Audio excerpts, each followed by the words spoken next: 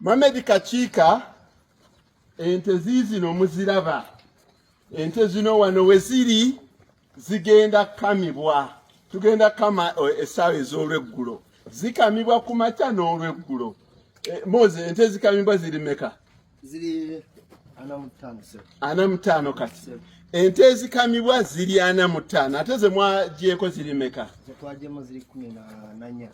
Bagyeko 14. Yes, wiki ewedde. Kati ezikamibwa ziri 45.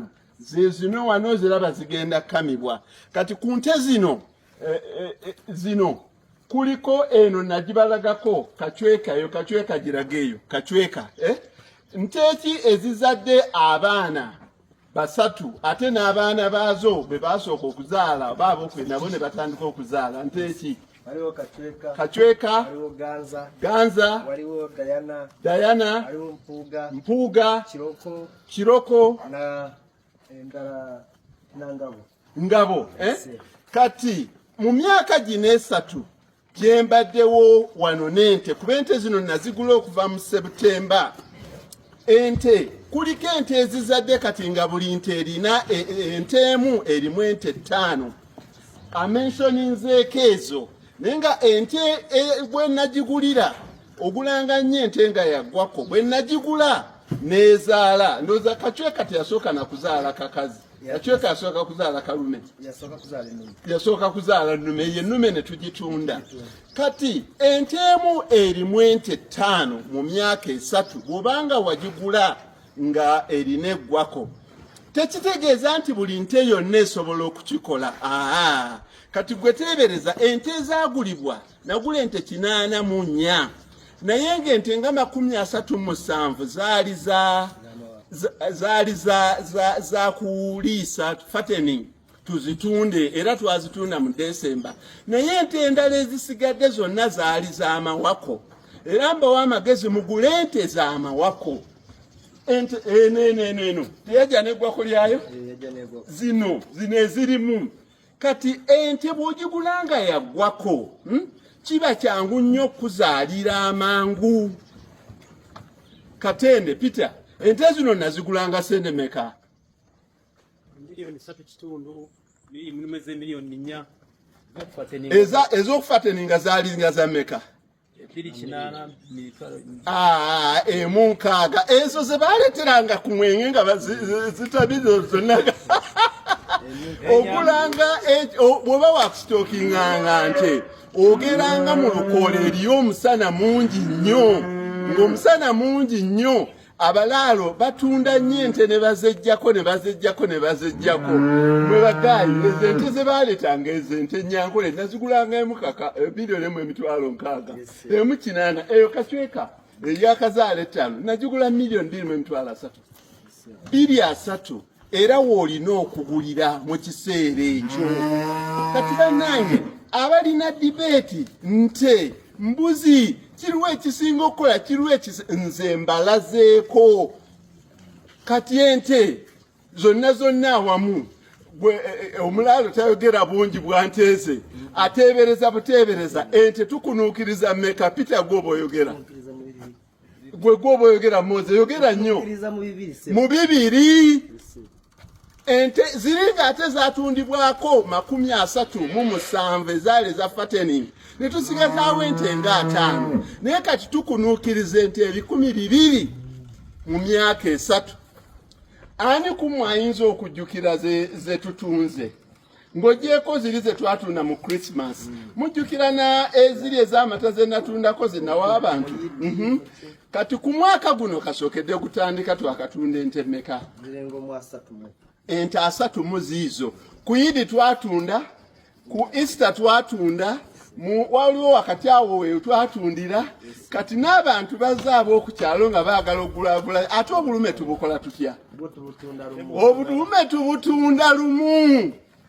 Obulume tubutunda lumu ne tugendanga tusobole okukendeezaako. Singa tetukendeeza ku nte zino ze muwulidde nti ente emu mu myaka 3 oba 4 ziba ziri ente 5 olina okutundangako. Bw'ototundako zijja kuyitirirako obungi. Therefore ababawa amagezi nti bw'ogula embuzi oba 5 oba 10 zijja kubanga zirimu embuzi 100 oluvannyuma lw'emyaka 5. Ekintu ekyo mu kugatta bwekutyo kirabika ng'ekituufu naye tekisoboka. Lwaki tekisoboka? Peter, obuzibu bwaffe kati buki nga wadde tulina ettaka ddene nnyo? Obuzibu kiki? Oba Moze yogera, obuzibu kiki? bwezeyongera okuba ennyingi n'endiisa era ebeera bwezeyongera obungi endiisa na buli kimu kifuuka kizibu. Wagulira embuzi 5 ekiyumba kiwazizimbira n'emmere gye wali ozisakira bwe ziba zizaala 2 ne ziba embuzi 5 oluvannyuma lw'omwaka kiba kitegeeza ezo ziba zifuuse embuzi 200,000. Oba olina okuexpandinga yo facility emirundi egi 4. Kati bwe zibeera nga ziri 2 n'ozikuumirawo omwaka omulala ziba ziri 6. Olukaaga olwo ettaka n'ebizimbe ne facilities n'abakozi bajjajjaawo. Therefore ky'olina okukola buli luvannyuma lwa bbanga olina okutundangako. Buli luvannyuma lwa bbanga olina okutundangako. So tekiriiyo formula yonna nti oluvannyuma lwa kino nja kufuna ssente bwe ziti. Mundageeko ku nnyana ezaffe ezawano ezizadde. Diana, ogwo mwana gwa Diana baguyita Mpuuga. Ono si ye Mpuuga? Aha. eno muwala wa Mpuuga. Ono muwala wa Mpuuga. Bamwita Kyozi. Ono Kyozi muwala wa Mpuuga. Tugende ku ndala. Tojja simalayo anyway. Uyo Kiroko jangu ateni. Tuli eno. Eyo Kiroko ezo zonna zizaaliddwa wano myaka 3 ne zizaala endala. Ono muwala wa Kazungu huyo naye yazadde. Muwala wa Kazungu naye huyo yazadde. Okwo kuweza 5 oyo muwala wa Kazungu naye yazadde. Kati tugende ku nnyana.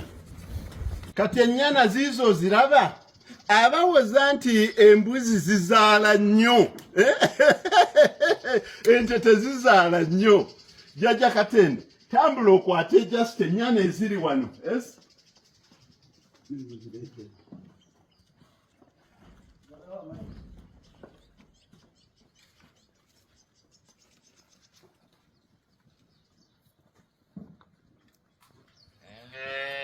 Kati abawoza nti ente zo tezizaala nnyo. Ng'ente ezo tozirabiridde. Moze, ente zaffe zizaala luvannyuma lwa bbanga ki? Oluvannyuma tuwete yaffe bwezaala weeks 2 ebe wasi. Ente zaffe teriiyo eweza mwezi ng'ezadde nga tennaba kusaako. Kitegeeza nti buli nte omwaka ezaalamu ennyana. In less than 3 years eba ezadde ennyana 3. Gundi tambula olaga omuntu nti n'abantu bazaazisa ennyana ng'embuzi kumpi embuzi naye nga tewenkana naye ate valiyente ya neneko. Finally nga ndi wano kambategeeze ensonga esinga obukulu. Bannange abaana abato beetaaga okumanaginga their expectations. Naffe abantu abakulu tusaanidde okumanaginga expectations zaffe. Obuzibu buva kituzaalirwamu okubeera ambitious, okubanga oyagala ebintu ebirungi.